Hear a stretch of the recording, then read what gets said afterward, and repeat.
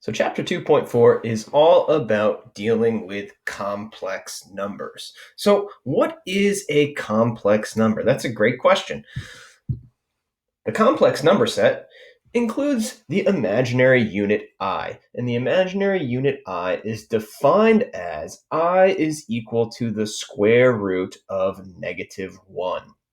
So in the past, anytime that we had to take the square root of a negative, we just said that it was undefined, which it is. There is no real solution to the square root or any even root of a negative number. However, we do have imaginary solutions to square roots and even roots of negative values, right? And we are going to write them with an I to represent their imaginary unit.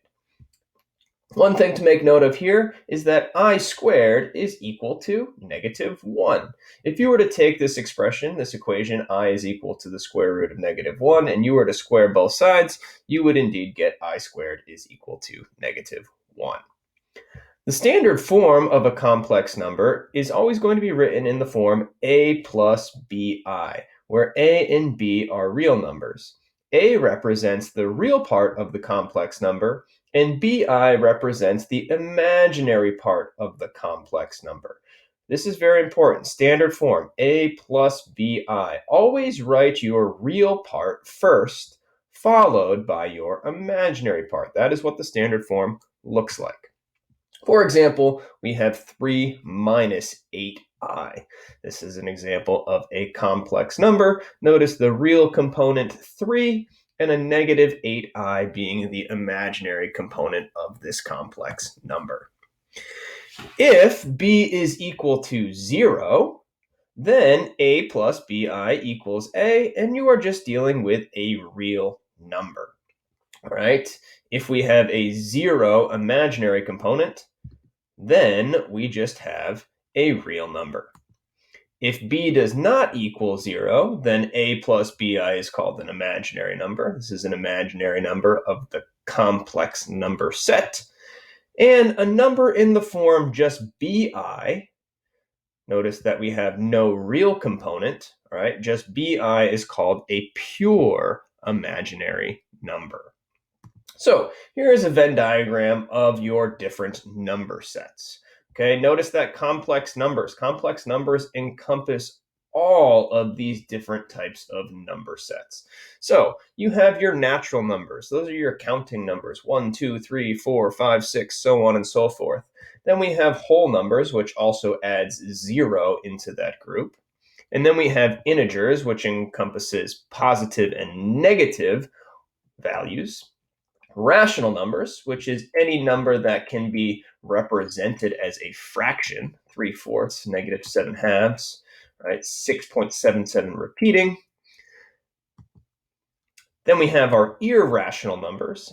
Any irrational number is a non-repeating, non-terminating decimal, a number that can't be written as a fraction, right? Pi, √2, those are examples of irrational numbers. Those make up all of our real number sets. And then we have our pure imaginaries. Okay, pure imaginaries, just notice they have an imaginary component, 5i, -2i, the square root of -7. Those are all pure imaginary numbers. And then all of those make up our complex number set, and we have complex numbers in the form, notice I have a real part plus some imaginary part, 3 minus 10i, or 9 minus the square root of -10. And so here are all of your different types of number sets. So let's talk a little bit more about our imaginary numbers. Write the complex number in standard form. Well, what's the standard form of a complex number again? A plus bi. Notice it's always the real part plus the imaginary part. So we might see something like this, 5 plus the square root of -36. As we said, imaginary numbers are going to revolve around having negatives inside of square roots. Okay, negatives inside of square roots. Well, if we want to simplify a negative inside of a square root, Anytime you see a negative inside of a square root, you can just rewrite that as the exact same value without the negative and an I on the outside. In other words, this is the exact same thing as 5 plus root positive 36 times I. All right, 5 plus root 36 times I. Notice I got rid of the negative inside of the radical, put an I on the outside of the radical. Is there more simplification that we can do here? Sure, the square root of 36. You guys all know what the square root of 36 is. Square root of 36 is 6. Therefore, our final answer is 5 plus 6i. Let's try another one. 1 plus the square root of negative 8. Again, anytime you see a negative inside of a square root, that means we are dealing with imaginary numbers. You can get rid of that negative inside of the square root by just writing an I on the outside. In other words, this becomes 1 plus root 8i. Can we simplify the square root of 8? Are there any factors of 8 that are perfect squares? Well, 8 is the exact same thing as 2 times 4. This is the square root of 2 times 4, and because these are connected by multiplication inside of this radical, I can take the square root of each one individually. Notice that the square root of 4 simplifies into 2. I can't simplify the square root of 2, and we get 1 plus 2 root 2 times I as our final answer. 1 plus 2 root 2i. Let's try another one. Negative 3 minus a negative 80 raised to the 1/2 power. Well, 1/2 power. Remember that fractional exponents, all right, the denominator of the fraction actually gives us the root.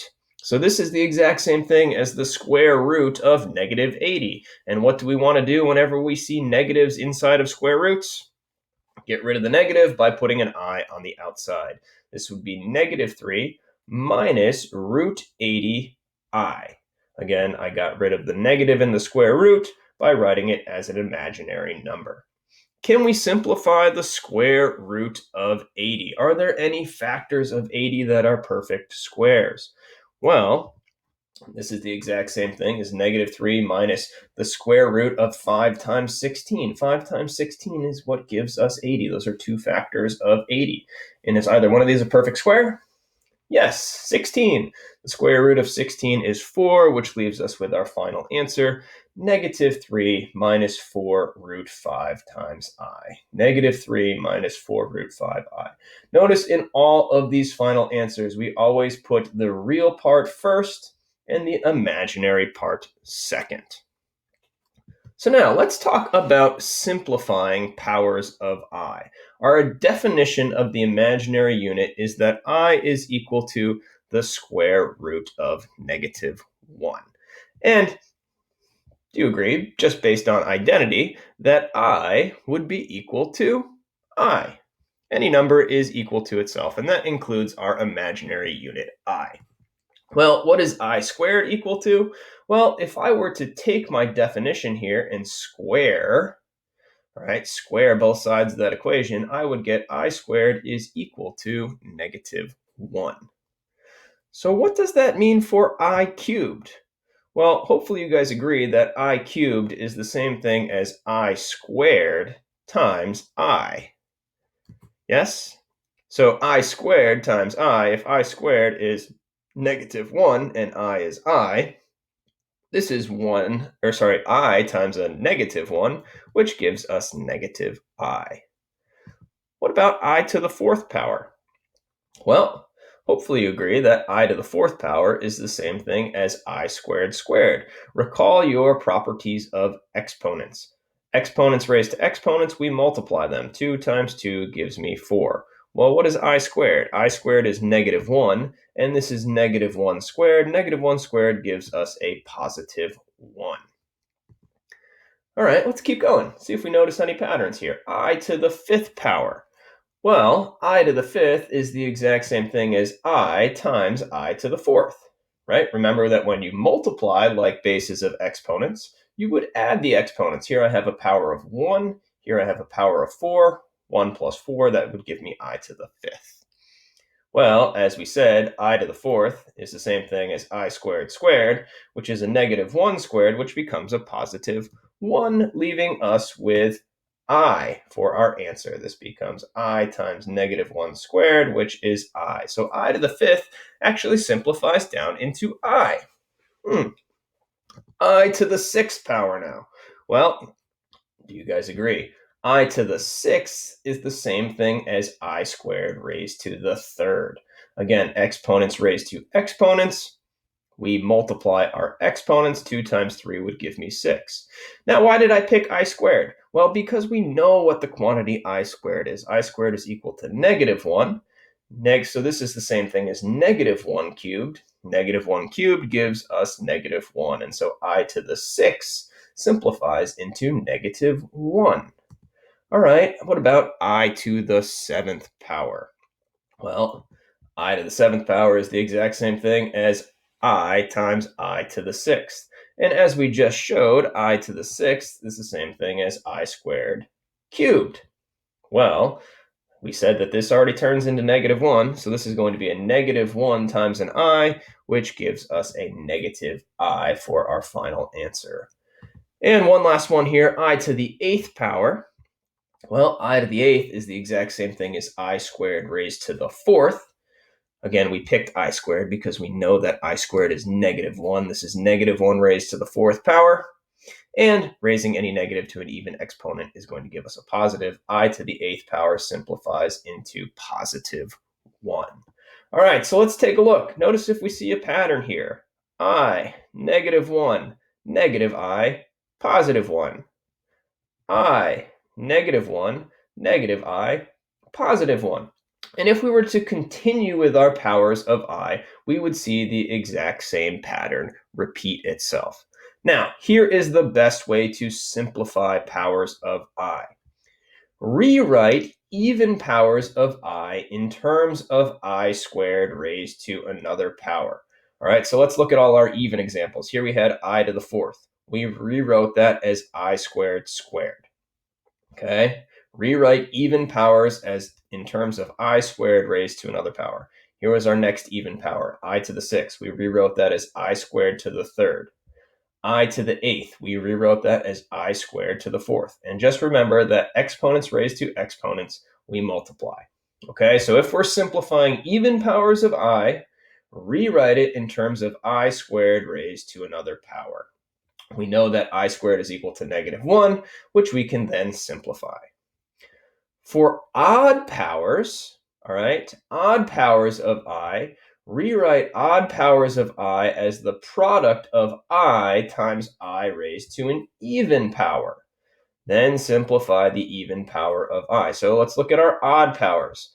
Notice what we did. I to the 3rd. We rewrote that as I times I squared, and then we simplified I squared. For I to the 5th power, we rewrote that as I times I to the 4th, and then we simplified I to the 4th as I squared squared.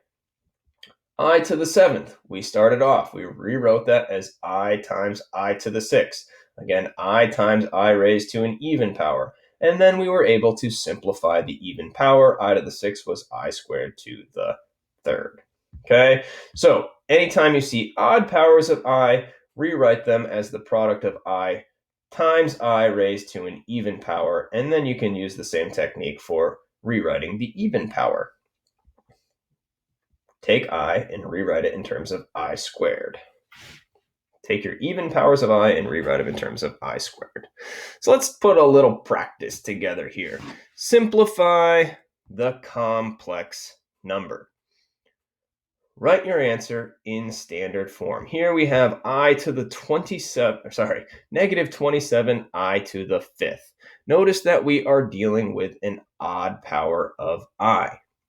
If we are dealing with an odd power of I, we want to rewrite it as I times an even power of I. This is the same thing as -27I times I to the 4th. Again, remember, if you were to multiply exponential quantities with like bases, you would add the exponents. Then, wherever we see an even power of I, we want to rewrite that as I squared raised to another power. Well, I to the 4th is the same thing as I squared squared. And the reason we like to pick I squared is because we know that I squared is -1.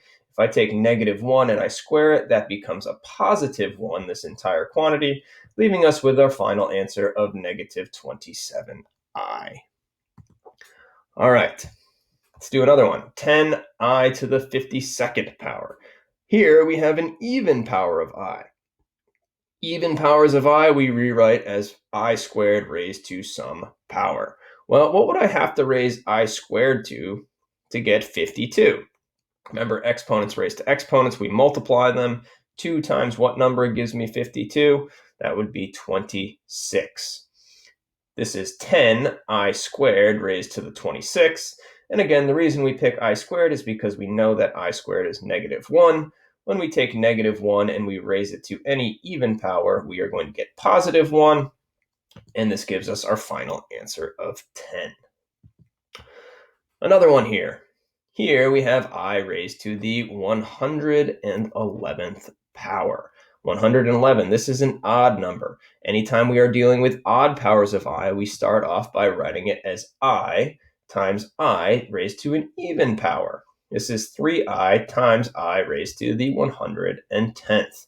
Now we want to simplify this even power of I by rewriting it as I squared raised to something. Well, what would I have to raise I squared to get 110? Well, take 110 and divide it by 2. That gives us 55. Therefore, this is the exact same thing as 3i times I squared raised to the 55th power. Again, I squared is negative 1. Negative 1 raised to the 55th power is going to be a negative 1. Negative 1 times 3i gives us negative 3i. And let's see if we can't do another one here. 1 divided by 3i to the 4th. Notice, what does this power belong to? Well, it actually belongs to both of these terms, the 3 and the I, in my denominator. And so if I raise both of these to the 4th power, 3 to the 4th power, that's 3 times 3 times 3 times 3. That gives me 81, and I have 1 divided by 81i to the 4th. Now let's simplify this 4th power of I. Well, that's an even power, so I can rewrite that as I squared squared. Notice that I squared is negative 1. Negative 1 squared would give me a positive 1, and this leaves me with 1 over 81 for our final answer. All right, so there you have it, an introduction to our imaginary number I, the imaginary unit I, and how to simplify higher powers of I.